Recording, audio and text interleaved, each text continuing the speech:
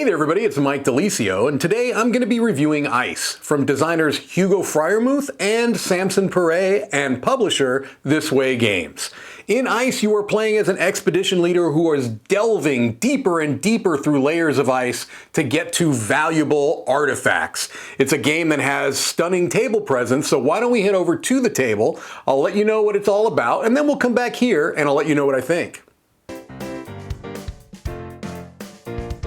Okay, here we see the box for Ice, and I'm starting off with this because I wanted to point out at the beginning of the overview that this is the deluxe version of the game. It is the only version of the game that I have access to, so it's going to be the one I use. Keep in mind that when you see the components, they're going to be unique to this version. I'm sure there are variations between the different versions of the game. This is a game with a multi-layered game board, so what I'm going to do is just go ahead and put that board together with all of the tiles and put it in a time lapse so you get an idea of how that looks. So here we go.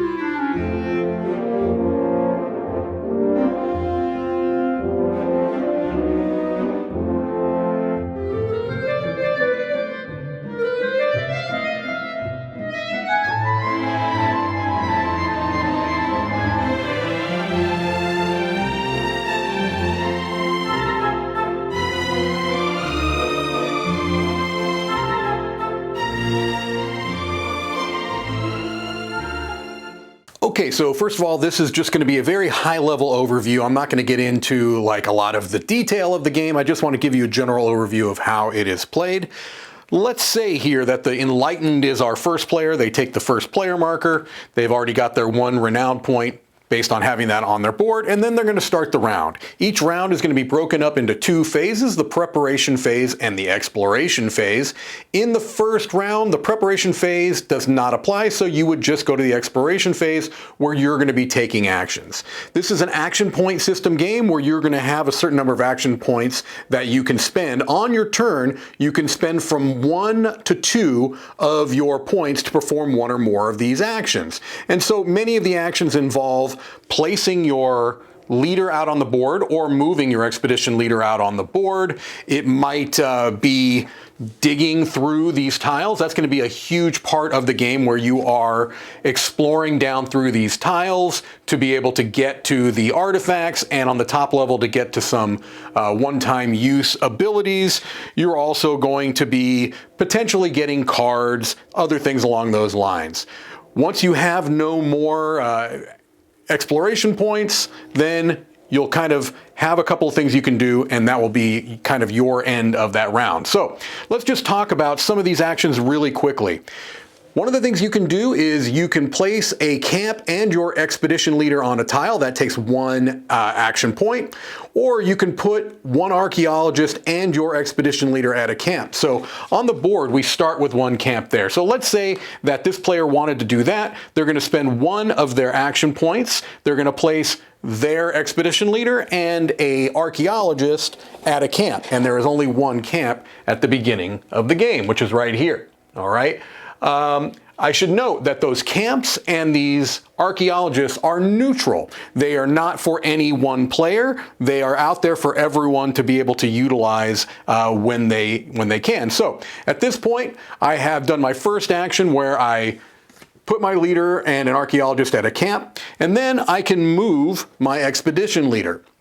You can move to an adjacent tile, and you can bring with you up to 3 architects from their starting tile. So let's see, I spent my second action, my action point, and I moved to this adjacent tile, and I brought the 2 archaeologists with me. So now I'm at a tile with me and 3 archaeologists. All right, so let's assume other players have taken their turns. There are other expedition leaders on the board, what have you. They've moved around. It comes back to me, and what I want to do is I want to excavate that snow tile that I am on. The base action point cost for excavation is 3. However, there are some modifications. It'll be more if you are trying to excavate a tile that has a camp on it. It'll be more if you're on one of those tiles. It'll be 4 in both of those cases. As you're digging deeper through the ice, it'll cost you more if the tile you're trying to excavate has 1 tile on top of it. So there's going to be some exceptions, but the basic rule is 3. However, you also are going to get some reductions in that action point cost depending upon the number of explorers on the tile. And the explorers equal your expedition leader and any archaeologist. So I have 4 on there, and the base cost is 3, so it's actually a free action to excavate here. I don't have to move my marker down at all. I can remove all of these pieces, and I can take this tile. Now, all of the top level tiles, the snow tiles, are going to have a particular action on the back. And so what this one is allowing me to do is to place one of these animal ponds on a tile that becomes inaccessible until the next turn. It's a Smilodon. I can keep this with me, or I can play it at any time I want for a free action. Once I've done that, that's going to reveal the area below, and that's going to be constituting 3 different tiles. So what you have to do is you have to place the explorers onto those tiles as evenly as possible. So I would go like this, perhaps, like this, and like this. There's one more left over, so I can choose where I would put it. I would certainly put it where I am. Keep in mind, I've taken no action points at this time. I've done 1 free action. So let's say I were to move myself and one of these archaeologists with me, and I would go right there. I could, for 1 action point, excavate this tile because it's a base of 3, take away the 2, and you're left with 1. And now I could do the same thing here where I have a new tile, and now I have to put these as evenly as I can on the tiles below. This would be another one of these tiles. Gain an action point and a renown point, then choose another player and they would gain 1. So this is something where you get a benefit and the other players get a benefit. Again, you can place these tile powers at any time on your turn as a free action. And so as you're continually digging through this ice, you're going to be finding different types of tiles. So the top ones are all going to be these single power tiles that you can use. Also do want to point out that on the top level, these tiles would restrict movement in the 2 hexes that they're pointing to. Just keep that in mind. But as you're getting to lower levels of the structure here, you're going to be finding these lower level tiles that are going to be artifacts, okay? This happens to be a wild artifact. When you get these types of tiles, these are going to be ones you're placing on your board. And the wild one, you can choose any one of these colors you want to put it on. You're trying to essentially get multiples of the same type of tile, because for every one of these little dots, which are called anima points, you can trigger 2 of them to be able to do a particular power related to that color. Okay, so let's say I had gotten a second one of these blues. Now I have 2 points worth of anima. There are some tiles that have 2 just on 1 tile, but for the most they're just 1. And I can do a artifact effect, okay? And so for each color, there's a different effect that you can do. If you do it, you can only do it once per round. You flip it over, and then you would have access to it potentially the next turn. The other thing that you're going to be doing throughout the game with these tiles is you're going to be sending them to the city, okay? And so at the end of your round, when you have either chosen to end or you have no more action points, you can choose a certain number of city cards, or excuse me, a certain number of tiles to go to the city. All right. And it says when you have no more exploration points, you can send up to 3 artifacts back to the city and your day is now over. The city is just an area off here. Let's say I wanted to put these 2 over here and I wanted to keep the wild because this is a handy one to have. You can put it anywhere you want and you can shift it between rounds as well. These tiles that you have in your city are the only ones that are going to count for scoring when it comes to decree cards and your request cards.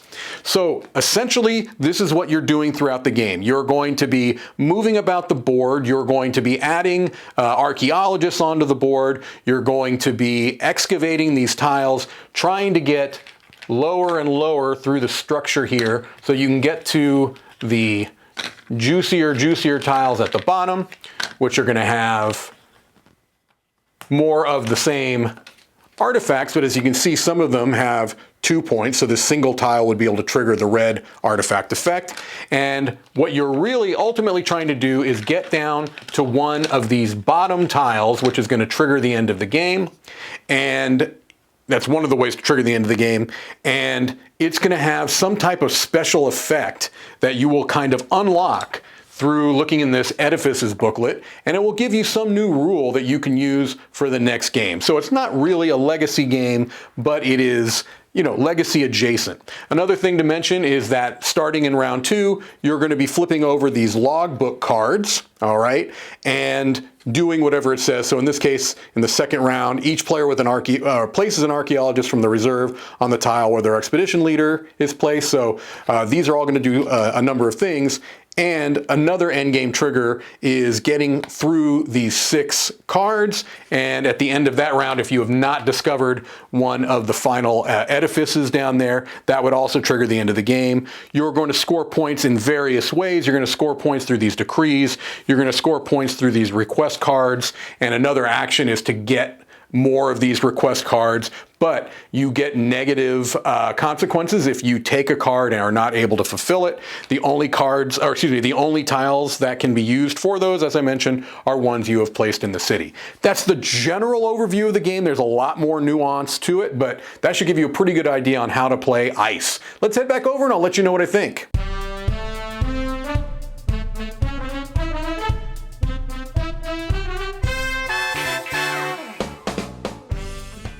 All right, hopefully that gives you a pretty good idea on how Ice is played. I left out, as I said, a lot of the smaller details and nuances because there's a lot going on in this game. However, for a game with this much going on, it has a refreshingly light rule set, and so I was very appreciative of that. The first thing I do want to talk about is the art and components because look, it's going to be a game that when you see it on the table, it's going to attract attention. There's just no two ways about it. I don't know that I've ever seen a player board that is quite like this, where you've got the 4 magnetic pieces, the many, many layers that you then stack the tiles on. It looks spectacular. It works very, very well in my experience. And it's not just a gimmick. It really helps immerse you into the theme. And there are some mechanical aspects of the game that depends upon those ever lower layers of ice. So just a very, very nicely done main player board. Again, I have the deluxe version of the game. I cannot speak to the non-deluxe version. I've not seen one out in the wild. I would assume that the aspects of this game that are going to be most different are going to be the metal pieces, the renown tokens, the first player marker, things along those lines. Perhaps the screen printing on the wooden pieces. But to my knowledge, I'm not positive of this, but to my knowledge, every version of the game is going to have this multi-level board that you're putting the tiles on. And that just looks fantastic. The quality of the tiles is very, very good. The quality of the cards are very, very good. And I think that the art in the game is beautiful. And it's mostly seen on your player boards. The aesthetic of the game, I think, is very, very unique. And at the beginning, it has kind of this stark white look to it, which is exactly what you should be seeing. And as you move down through the layers of ice, you start to see little glimmers of color that are shining through in those artifacts. And so I really love the way the game looks as it's progressing down deeper into those levels of ice. Really, really well done. I think that the player aids are very good. I think that the rule book is very good, and that is so crucial to me as a gamer. I learned the game strictly from the rule book, never watched any videos, nothing along those lines. I learned the game directly from the rule book, and I felt that it was very, very easy to read, and it made sense. All right, so art and components out of the way, let's get to the gameplay because that's what's going to really keep people interested or not in this. This game uses an action point system, and many people, even some prominent video reviewers out there, feel like the action point system is a bit antiquated and can lead to severe analysis paralysis and very long downtime between turns. I'm not going to get into that major argument, but I will tell you that this version of the action point system, I feel, has been modernized and has been done very, very well. And in many ways, I'm going to be comparing it action point wise to another game, but also it gives me some similar feels, and that is Tikal. So Tikal is a classic game from many, many years ago that in that game you have a pool of action points, and you're basically going to be spending all of those action points on your turn. And so yes, it can lead to analysis paralysis as you best try to figure out how to use all those points. And you just are going to have longer turns. In Ice, what they do is you have the pool of action points, but you only are going to be spending 1 or 2 in most cases. There are ways that you can get more, but in most of your turns, you're going to be spending 1 or 2 of those action points. And that makes it feel more like a modern hobby game. It makes it so that the turns are not very long at all. There are going to be some turns where you puzzle over things a little bit, and that's going to obviously be player dependent as well. But I have found that most of the turns are relatively quick and that there's not a tremendous amount of downtime between your turn and the next, which is good because the board state is not something that you can necessarily count on, right? So you're not going to be doing as much long level planning. You're doing a little bit more of a tactical type of thing with this. There's a bit of long term, mostly through the cards that you're getting, then you're trying to kind of work towards those cards, but the board play is more tactical, which I happen to like. All right, so I love that action point system in this game. And I mentioned Tikal, and in Tikal, this almost feels like a reverse Tikal. In Tikal, what you're doing is you're spending action points to build temples up on the player board or on the game board. Here, you're using action points in a more modern way to delve downward. And it's a small, subtle difference, but it's really cool. I love games that give you a strong feeling of exploration, and I feel like Ice does that very, very well. Just how you're kind of manipulating yourself around the play space to try to get to tiles that you want without being too obvious what you're going for. Because a lot of things are open information. They can see maybe what tiles you've already collected in your city. They can see what tiles you have on your player board, and so that gives them some of an idea, but they don't know what cards you have, and so they don't necessarily know. And so just that idea of moving around the play space, delving downward, setting yourself up for a particularly powerful excavation turn where you can maybe get through 2 or 3 tiles in a particular turn can feel so incredibly satisfying. And so I really like that aspect of the game, which to me is the main aspect of the game. And so very, very happy with how they use the action point system. I like the asymmetric powers. They do definitely have enough of a difference between the different players that you're kind of going to be like, oh, gosh, I wish I had that power. And they're going to be going, I wish I had that power. And I also feel like they are relatively balanced, especially when you consider that some of them give you renown points at the beginning of the game and some of them don't. So I've been very happy. I've played through most of the faction powers now, and I have found them all to be satisfying, and they have kind of given me some direction. They've kind of informed my strategy moving forward because I want to best utilize the power that I have most efficiently to get the most out of it. And so that has been nice. And there are certain factions that speak to different type of gamers. So I showed in the overview, the Enlightened, and that's a bit of, if people want to press their luck, that's a press your luck faction. It's a bit of a gambling faction. And so if you like that, you might be drawn to that. There's other factions that let you move around the play space much easier, that let you kind of excavate more easily. So they can help you inform your strategy, and if you already know what you like to do, you can choose the faction that plays into that. So I like that a lot. I love the timing aspect of when the tiles on your player board get moved into the city, okay? And so having them on your board lets you trigger those artifact effects, which can be situationally incredibly powerful.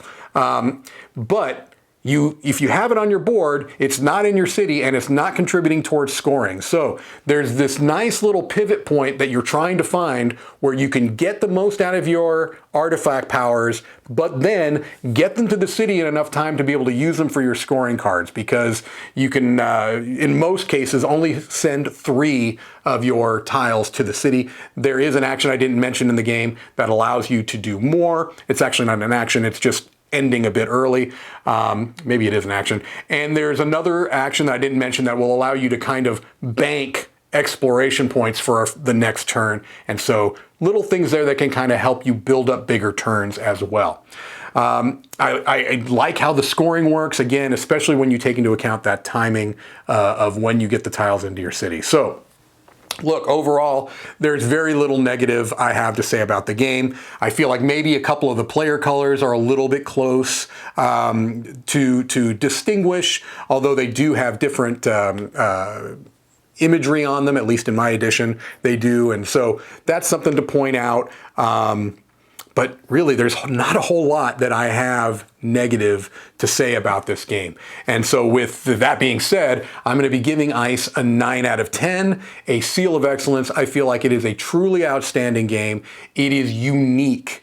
There are not a lot of games that I have that give me this experience, and that is something that is so important to me now because, you know, I do play a lot of games, and so when something is really different, when something really kind of comes out of nowhere and surprises you, that's something that I value quite a bit as a gamer. So there you go, a 9 out of 10, seal of excellence for Ice, an outstanding game. That's going to do it for me. This is Mike DiLisio signing off from the Dice Tower Midwest Annex.